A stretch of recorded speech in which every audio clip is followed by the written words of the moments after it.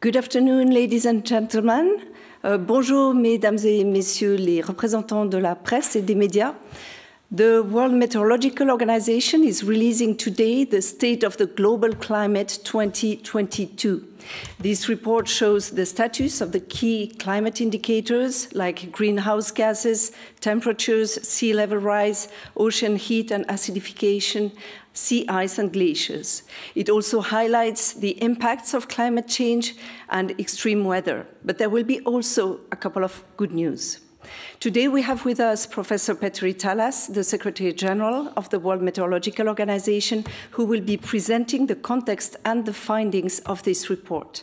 Professor Talas, you have the floor. Thank you, Brigitte, and welcome also on my behalf. And as you know, we are the host agency of IPCC, and IPCC just published its summary for policymakers report, the last bit of the sixth assessment report series. And besides that, WMO is publishing annual status of climate report, which is demonstrating where we are with the climate change and disasters. And in this report that we are publishing today, we have shown what's happening to the key climate parameters. We have again broken records in the main greenhouse gas concentrations, carbon dioxide, methane and nitrous oxide, and last year we saw the biggest annual increase of methane concentration. So far we have seen 1.15 degrees warming since 1850 to 900, and we have seen the cooling effect of Pacific Ocean temperatures because of La Niña, and that's why we haven't broken globally the all-time high. But once we go to the next El Niño, which is likely to happen during the latter part of this year and next year, we may be fairly close to the Paris 1.5 degrees low limit, at least on temporary basis. But we have broken several regional records.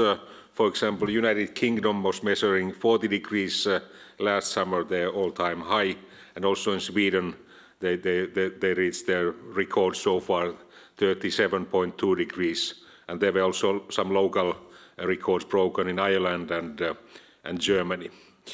We have stored more than 90% of the excess heat that we have brought to the planet to ocean, and we have again broken a new record in ocean heat content, which is, for example, giving more energy for the tropical storms, cyclones, hurricanes, and typhoons.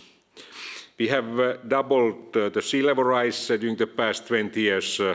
We used to have 2.3 millimeters per year sea level rise 20 years ago, and recently we have seen 4.6 millimeters per year increases. And that increase is very much coming from the melting of major glaciers in Greenland and Antarctica.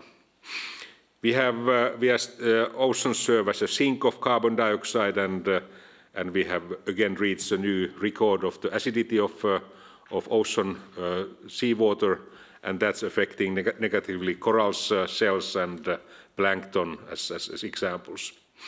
We have seen a new record low of Antarctic sea ice last February, and this is a new feature. So far we have been breaking these records in the Arctic only, but also the Antarctic sea ice has started shrinking. Melting of the glaciers continue, and there has been a 4-time increase of the melting of glaciers since the 70s.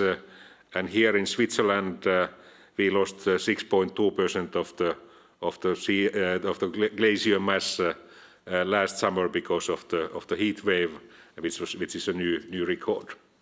We have seen plenty of extreme weather events worldwide, and there has been flooding in Pakistan, Eastern Australia, in Sahel region, and also in Brazil and Venezuela. On the other hand, we have seen drought hitting Horn of Africa, Europe, China, Northern Africa, United States, Mexico, and also middle and southern part of South America. And this drought in Horn of Africa has been longest ever, and there's a food crisis which is hitting 20 million people there.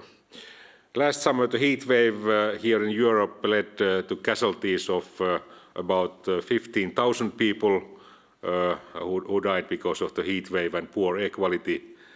And in China, last summer was the hottest summer ever, and it was also the second driest summer that they have observed. And they also reached a record low level of water in their main river called Yangtze.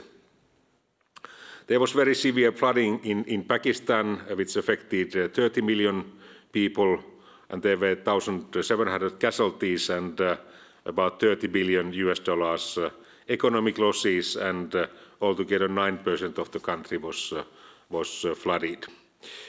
There was one severe hurricane hitting United States called Ian, which led to 152 casualties and economic losses of the order of $113 billion. We have started seeing cyclones hitting southeastern part of Africa, which is a new feature, and last spring we had 4 cyclones hitting Madagascar, which led to 214 casualties, and about 570,000 people were affected because of that event. We have seen a positive development in undernourishment during the past decade, but during recent years we have started seeing the increase of food insecurity again, and there have been more than 20 million people affected in Horn of Africa, 28 million in Latin America and Caribbean, 19 million in Afghanistan, and 7 million in South Sudan.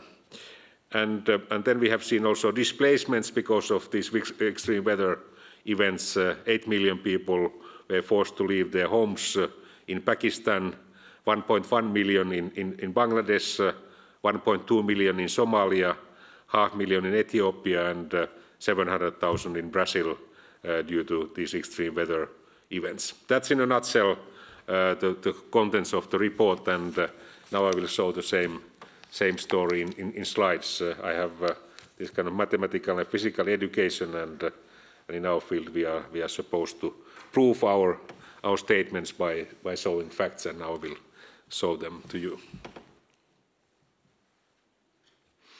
Vous pouvez activer le partage? Non, il est désactivé.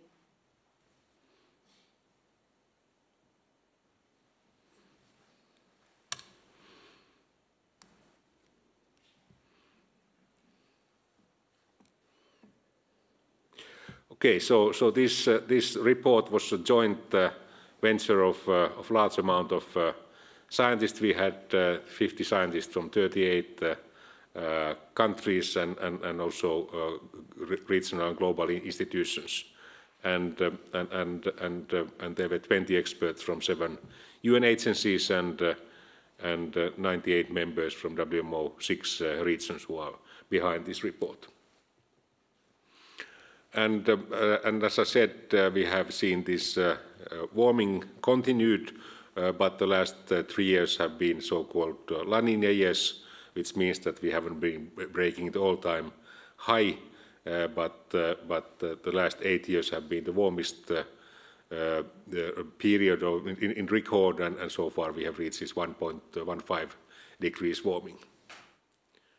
And we have broken records in 3 main greenhouse gas concentrations: carbon dioxide, methane, and nitrous oxide, and the annual increase of methane concentration last year was the highest we have recorded since 1980. And out of those, carbon dioxide is the most important one because of its very long lifetime, and it has contributed 2/3 of the warming, and it's very much coming from consumption of fossil fuels. Next, please.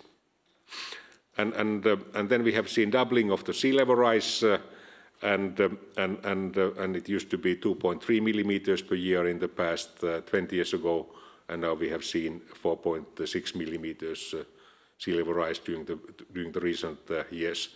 And this sea level rise game we have already lost because we have already such a high concentration of carbon dioxide that the sea level rise and melting of glaciers, especially these major glaciers of Greenland and Antarctica, will continue even for the coming thousands of years. So that's bad news when it comes to future scenarios. Next, please. And ocean heat, we have been measuring the heat content at various depths in the ocean, and globally we have seen steady increase year by year, and this is giving more energy for the tropical storms, and it's also leading to evaporation of water vapor from the ocean, which is boosting the flooding, flash flood problems over the continents. Next, please. And cryosphere, this glacier melting has been boosting, and you can see that there has been fairly negative trend. We are losing more and more of glacier mass, which is going to be a long-term threat for availability of fresh water in main rivers in Asia, in Europe, in Central Asia, and North America and South America, where we have the biggest mountain glaciers. So this is one of the contributors to water challenge that we are facing. And as I said, we have started seeing new feature that also the Antarctic sea ice has started melting besides the classical Arctic sea ice melting, and this is a new feature, and it's also an indication of climate change. Next, please. And this La Niña, which is cooling the Pacific temperatures, has been persistent for 3 years already, and that's why we haven't been breaking the all-time global temperature records, but we have been breaking regional temperature records also during last year. And these droughts and flooding, we have seen several flooding events in various parts of the world, and worst of those was the flooding in Pakistan, as I already mentioned. But we have also seen drought, and several of these drought events have been attached to heat waves, as was the case in China, in Europe, and also in North America, and also central and southern parts of South America. And in Europe, we broke all-time highs, 40 degrees in UK, 37.2 degrees in Sweden, and also we broke regional records in Ireland and in northern part of Germany. And the 5 top impact events have been this drought in Horn of Africa.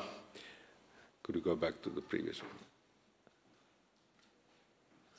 Flooding in Pakistan, heat waves and drought both in Europe and China, and also this Hurricane Ian, which was hitting USA and Cuba.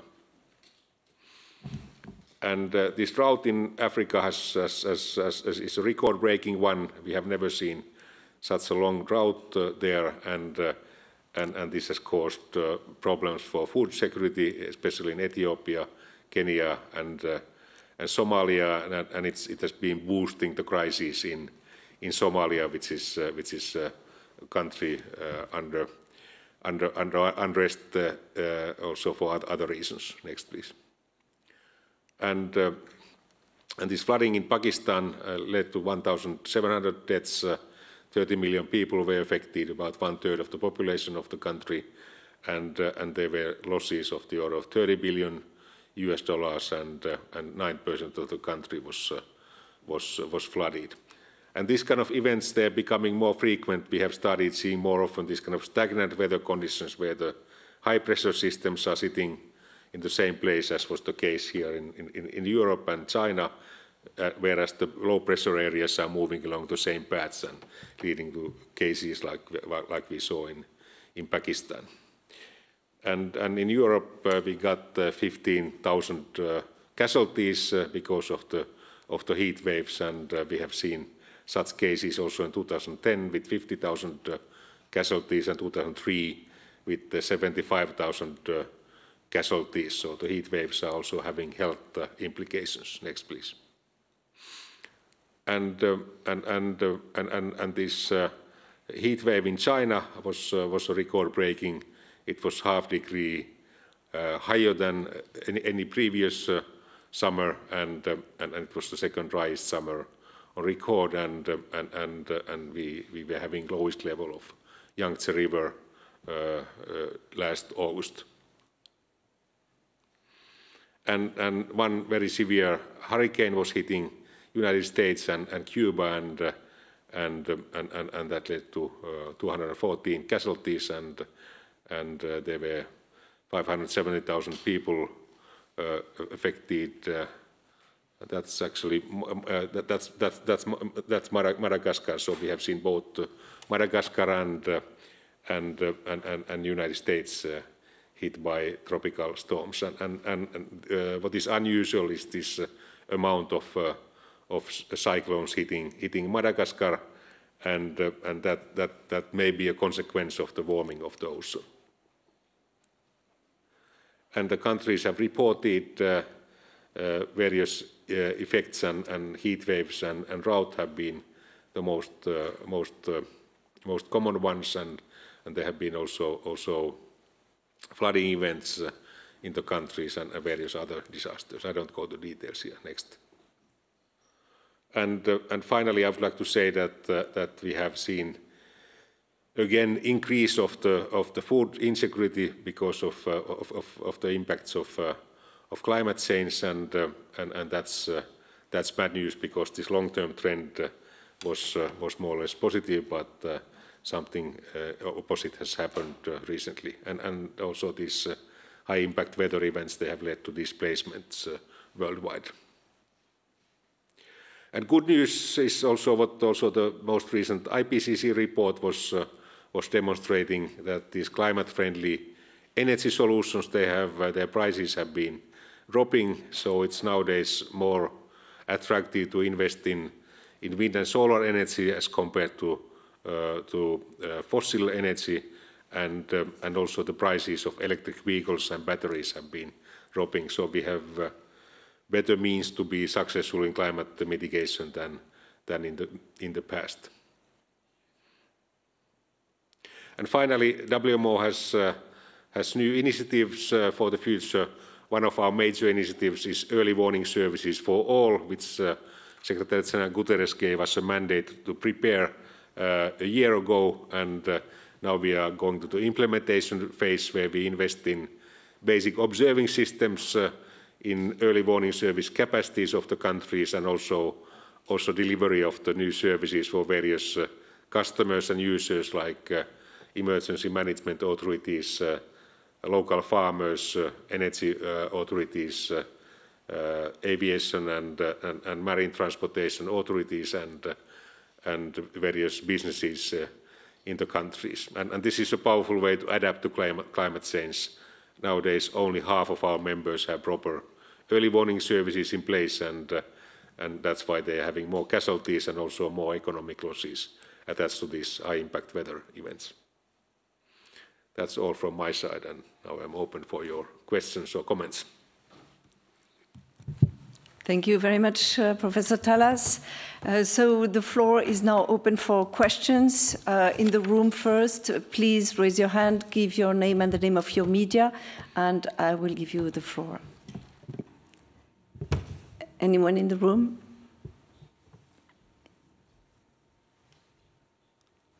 No one in the room, so we will start with Yuri. Yes, thank you, and thank you for the briefing. My name is Yuri Akolev. I'm the correspondent of RIA Novosti in Geneva. What are the WMO's forecasts for Russia, and in particular with regard to permafrost in Siberia? Thank you. Thank you. So these Arctic areas are warming the most globally, and we have seen shrinking of the ice cover in the Arctic, and also shrinking of the snow cover in the region, and the warming has been more than double the global average because of this positive feedback caused by melting of snow and ice, and we have started seeing also melting of the permafrost, which is has caused problems for infrastructures, for buildings, for roads, for various infrastructures, also these oil and gas pipelines and railroads, which are built on permafrost, and the melting of permafrost means that we are going to see more, potentially more emissions of carbon dioxide and methane from those regions. And this is one of the risks that we have to follow. But so far, we haven't seen major emissions of carbon dioxide nor methane coming from the melting permafrost. But the potential is there, and that's an issue that we have to follow. And this kind of additional burst of methane and carbon dioxide from those regions would, of course, boost already high concentrations of carbon dioxide and also methane. But it's a challenge in Russia. It's a challenge in northern Canada and also in Alaska, where many infrastructures are built on permafrost. Thank you. We have a question from Seth Borenstein from AP. I read it, we received it by email.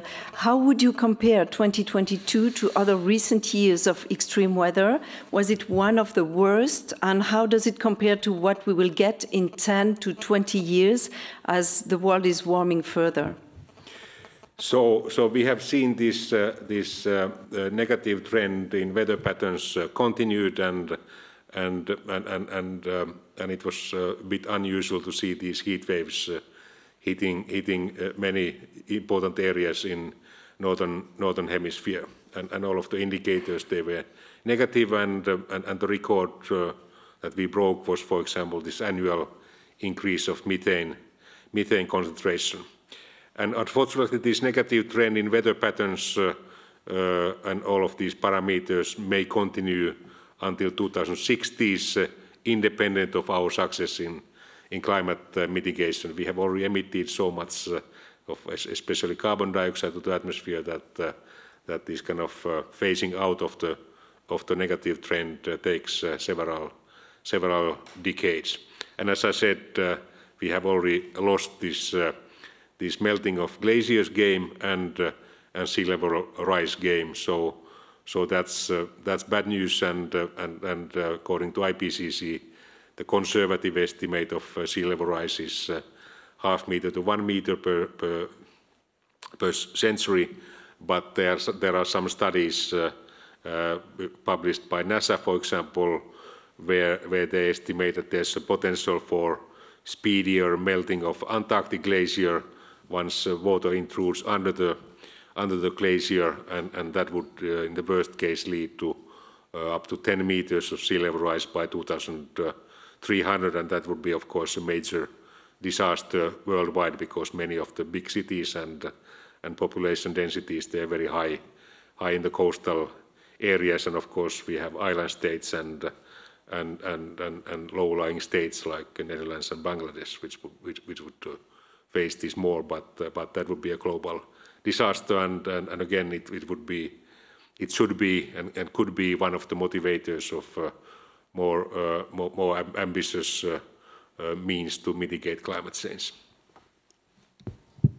Thank you. Jérémy Lange, Radio France.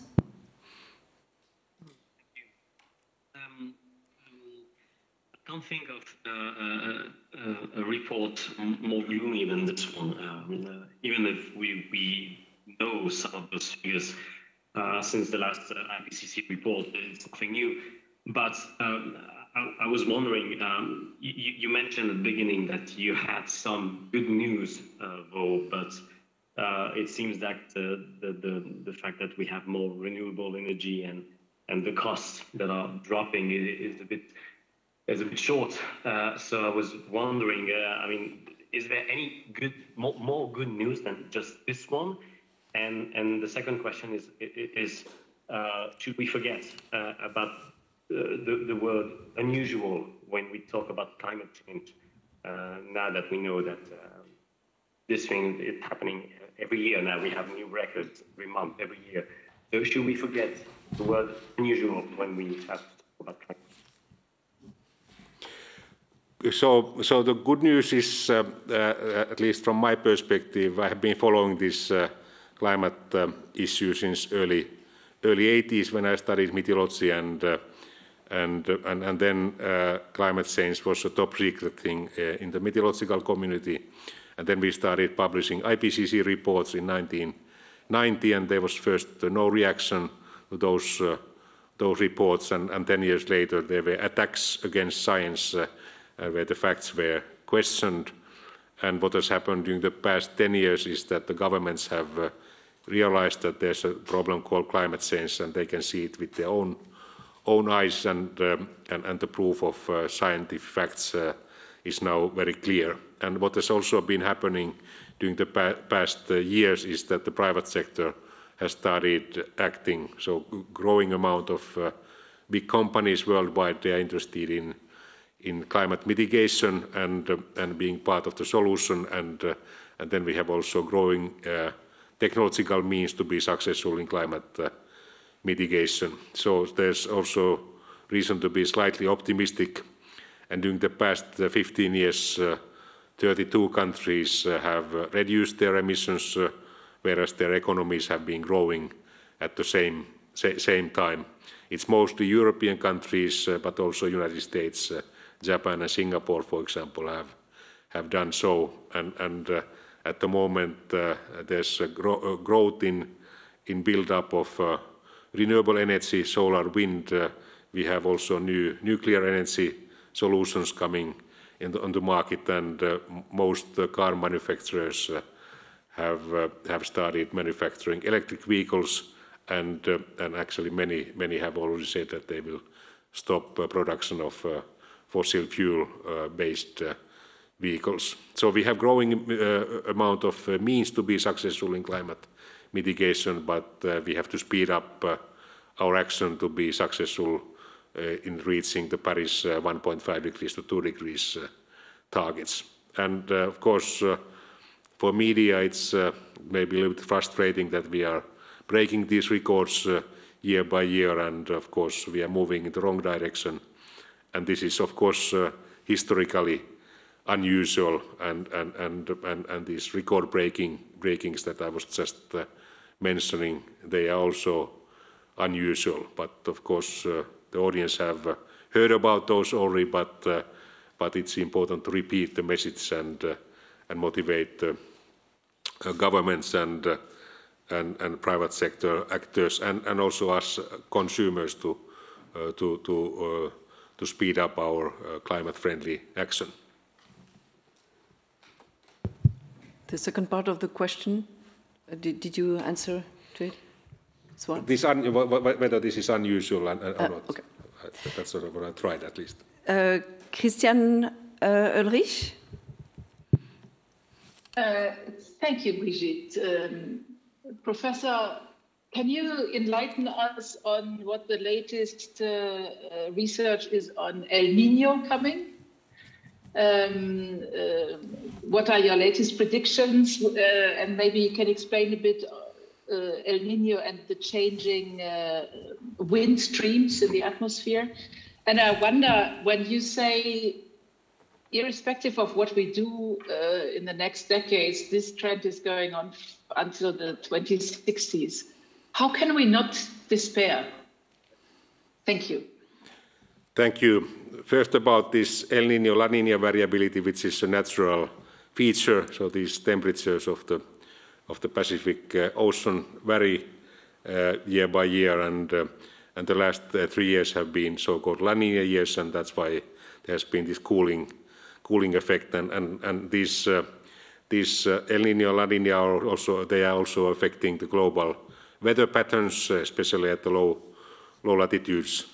And at the moment we are going towards El Niño neutral phase, and the forecast is that we are heading towards El Niño during the latter part of this year, and dependent on how long this El Niño phase will last, we may again break our temperature records next year if this El Niño persists the whole whole next year, and we have already had the previous estimates that there's 50% chance that we could hit the low limit of Paris Agreement 1.5 on temporary basis attached to next El Niño. Thank you very much. If there are no other questions, this press conference will come to an end. The press, yeah, there is, yeah, Christian again? Sorry, I was just hoping that we get some words of encouragement. How can we not despair with this prospect that the trend is going on until the 60s? Thank you. Thank you. So that's going to happen anyhow, and the good news would be that we would be able to phase out this negative trend and even reach the 1.5 degrees limit. And good news is that already the richest countries, G7 countries and European Union have fairly ambitious climate mitigation plans, and of course European Union has been one of the drivers, and at the moment the current US government is also preparing fairly ambitious climate programs. So these climate-friendly solutions will become mainstream. I'm quite confident of that. And of course, the key issue is what happens with the remaining so-called G20 countries, excluding G7 countries. Altogether, G20 countries are responsible for 80% of the global emissions, and it's very important that we get countries like China, India, Brazil, South Africa, Russia on board these more ambitious climate policies. And one should keep in mind that, for example, India and China as countries will also suffer heavily if we fail with the climate mitigation. These low-lying areas that they're having, their dependence on Himalayan glacier water, and their exposure to typhoons and cyclones, and also the fact that they are suffering because of poor air quality. They are all indicators that it should be and could be motivating for those countries to also join this ambitious climate-friendly club. And also this climate-friendly technology is a business opportunity for example, for China. China has already become market leader of the solar and wind technology, and also there's going to be growing market for these electric vehicles and also many other climate-friendly technologies. So it's also a great opportunity. So there's not the reason to be totally pessimistic, but unfortunately we will see growing negative impacts of the climate change during the coming decades. Thank you. Two more questions have come up. Lisa Schlein. Yes, thank you. Hi, Lisa Schlein, Voice of America. I'd like to know whether the richer countries are living up to their promises to help the developing countries, which are contributing the least to the climate problem that we're having, and yet they are suffering the most. And you have outlined some of this in your presentation regarding the droughts and the floods, et cetera, which have hit these parts of the world. So wherein does the optimism lie as far as those countries are concerned? And of course, if it's not helped there, it's not helped anywhere. Thank you. Thank you. As part of this Paris Agreement, we have this mechanism to finance climate activities, climate mitigation, and also growingly climate adaptation activities in poorer countries. And the promise is that there should be 100 billion financing on an annual basis, and so far we have been able to reach about 80 billion a year level, and there were promises in Sharm el-Sheikh that we would reach this 100 billion a year investment level next year. So that let's hope that happens. And of course the absolute biggest losses are felt in richest countries like United States. But once you divide the losses with the sizes of the economy, the relative biggest losses are felt in less developed countries, and we have this loss and damage discussion going on, whether the rich countries should pay for the damage that the climate is causing in poorer countries, and the smartest way is to avoid those losses, and one powerful way to avoid those losses is to invest in early warning services, and that's why WMO and a few other United Nations agencies are having these early warning services for all program to enhance the early warning service skills and preparedness of the countries to face a growing amount of weather-related disasters. And that program is now ongoing, and the aim is that by the end of 2027 we would reach 100% coverage of proper early warning services. And optimism, of course, the coming decades are going to be decades with the negative trends, but if we would be able to reach the Paris 1.5, that would be the best for the welfare of mankind and biosphere, and also for global economy.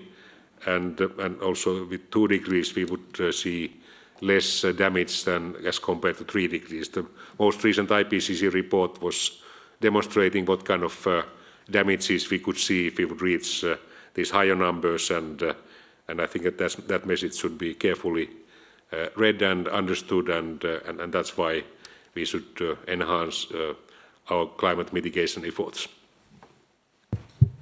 Thank you. One last question from Emma Farge, Reuters. Thank you. It was about Switzerland, actually. I'm wondering if you think Switzerland's doing enough on climate change. And I had in mind the fact that they're paying poorer nations to cut emissions on their behalf. And also I had in mind the fact that there's a new climate law being voted on in June. Thanks. Yeah, in Switzerland, what happened last summer is that we lost 6.2% of the glacier mass, which is the biggest loss so far, and this is again striking that with these heat waves, it's not only a matter of temperature, but it's also affecting our availability to get water resources to major rivers, and also it's affecting also the hydropower capacity of the countries. And many countries have prepared climate laws, and with those laws we are typically committing several future governments to proceed with the climate mitigation efforts, and that's most welcome development, because in democratic countries we have seen variation between government and to government in their ambition level of climate mitigation, and these kind of laws would would ensure longer-term commitments, and that's sometimes a challenge in democratic countries. Thank you very much. If there are no other questions this time, we will come to an end with this press conference. Just to inform you that the press release is published in all 6 UN languages, and it's available from our website and from the press release you received. Thank you very much. If you have more questions or you want to organize interviews, please reach out to Claire Nullis, our media officer, and have a good end of the day. Thank you very much. Thank you.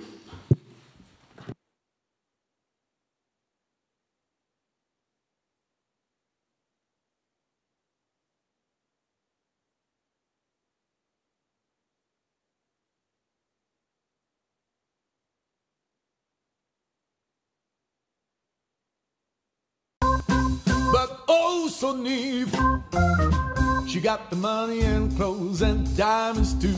There's just nothing that girl can do. She's got the guys all hanging around.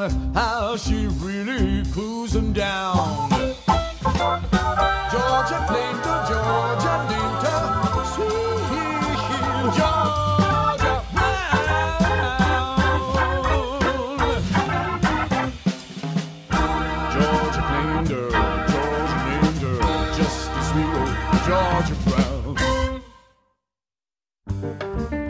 Real Swiss Jazz. Music pure.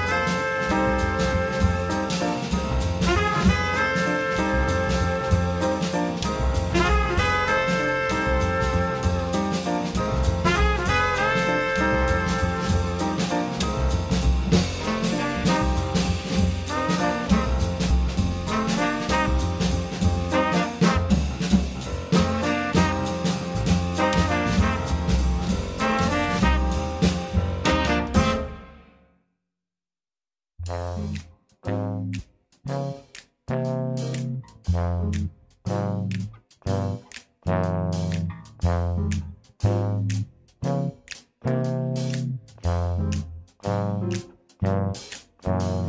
is something makes me stay awake all night. There is something that tingles in me overnight. I'm still hungry, but I can't eat all the night. I'm still thirsty, but I can't drink anymore. I don't know what I'm waiting for. I just know that I would wish for more of this feeling I can't explain. It's excited, agitated, fluttering with fear. I could be pacing all the night and feel my life so right. Could freak out, I don't, but I missed it.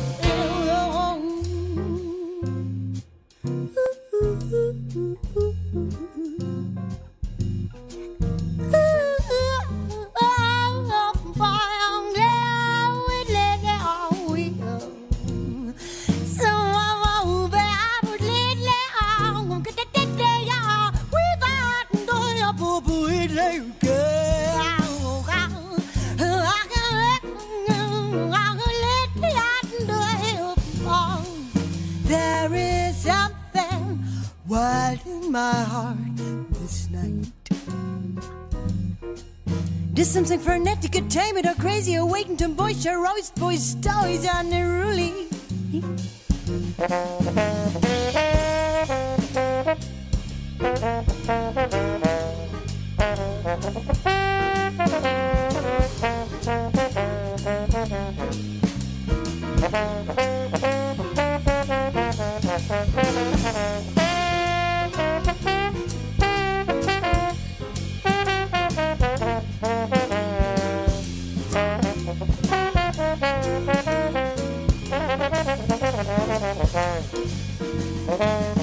I don't know what I'm waiting for. I just know that I would wish for more of this feeling I can't explain. I'm so excited, agitated, blunderingly fear I could be pacing all the night and feel my life so bright. Could freak out, I don't want to miss the thrill. I could get out every day. So gotta do all